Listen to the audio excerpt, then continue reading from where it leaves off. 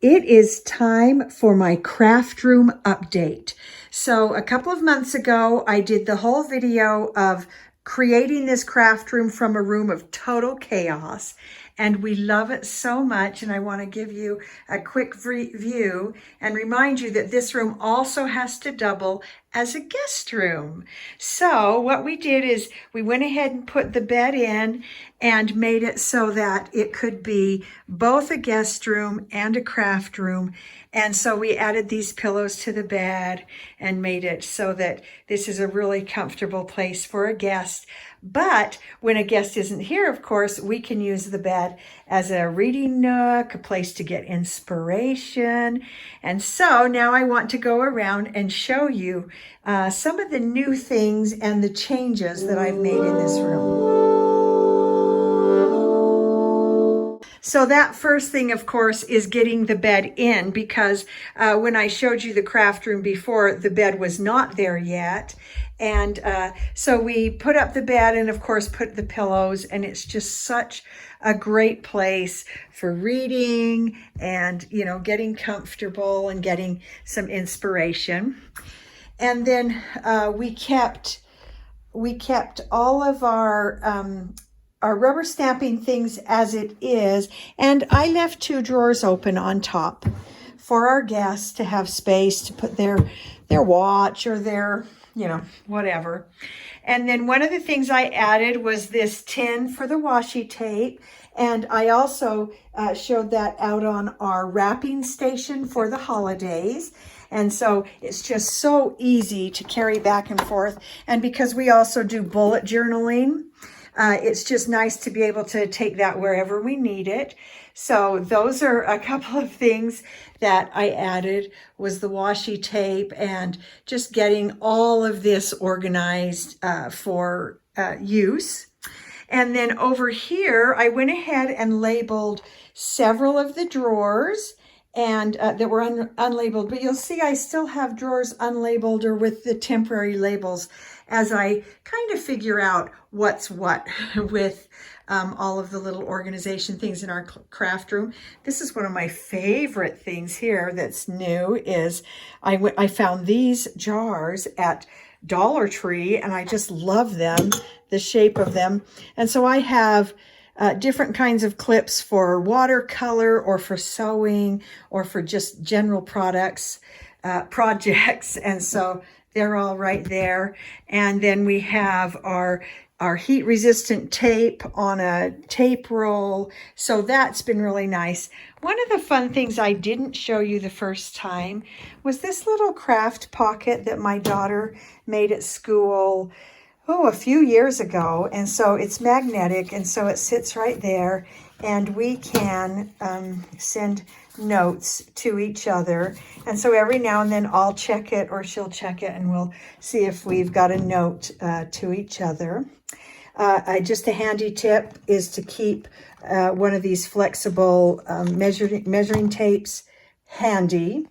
And then over here, I got pretty much all of the drawers labeled, and I really do love this font. It's got the cute little hearts, and it's just a sweet font, but it's easy to read. And that font is called Girly Stencil in Cricut Design Space. So this has been a huge help for keeping us all organized. And I went ahead and opened this up, and I leave this open on top all the time because I'm using that paper cutter pretty much every day.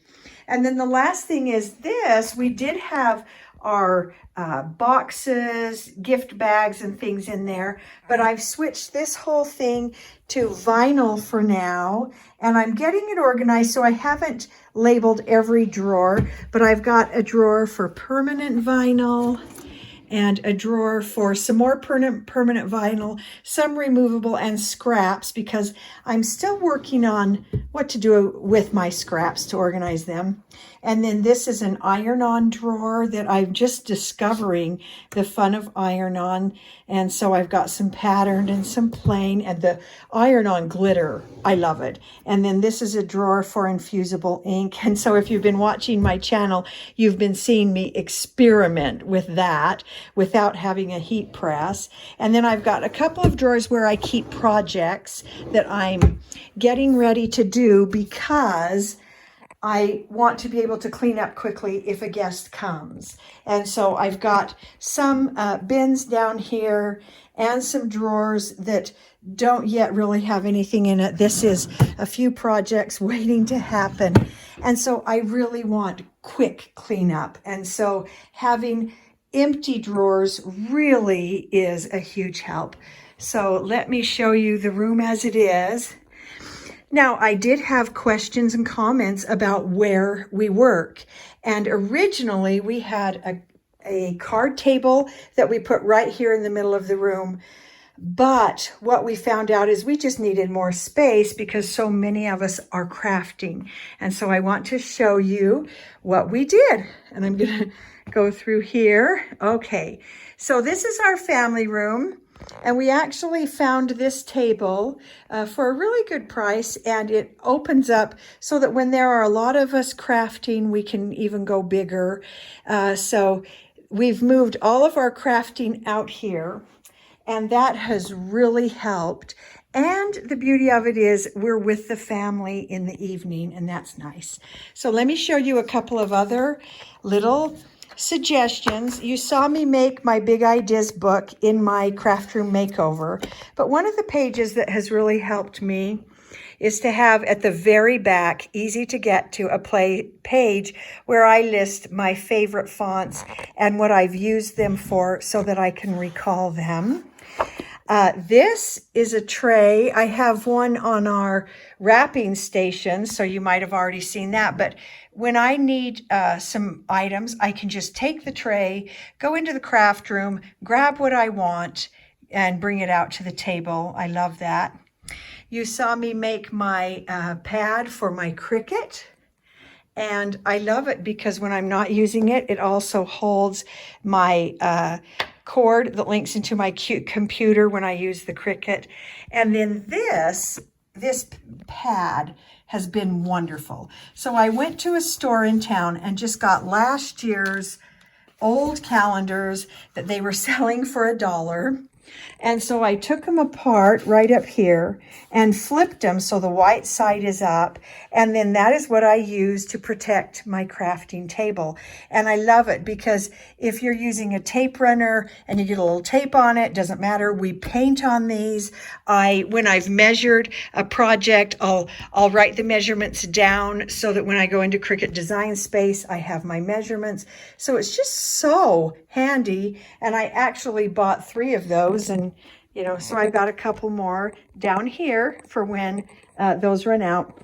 And then one of the best things I have done is this ironing pad. And I love it. I use it all the time. I use it when I'm using my Cricut mug press.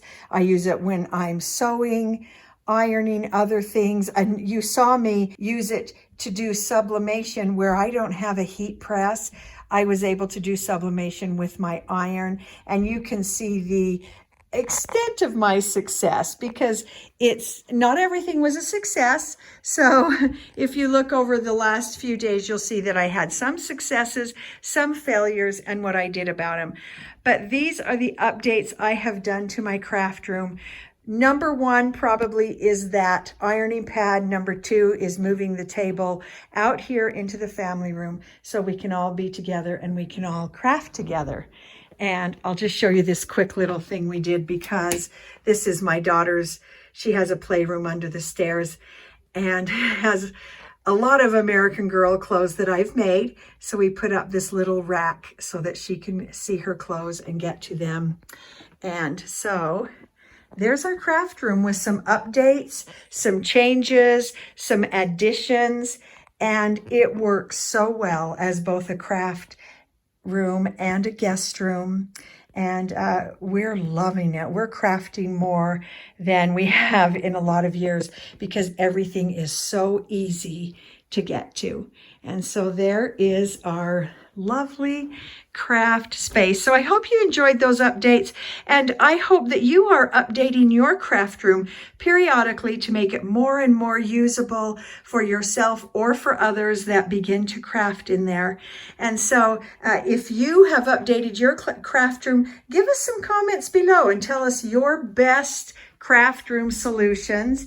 And please comment and share and subscribe to the channel, and let's share the things that we have learned, and enjoy our craft rooms.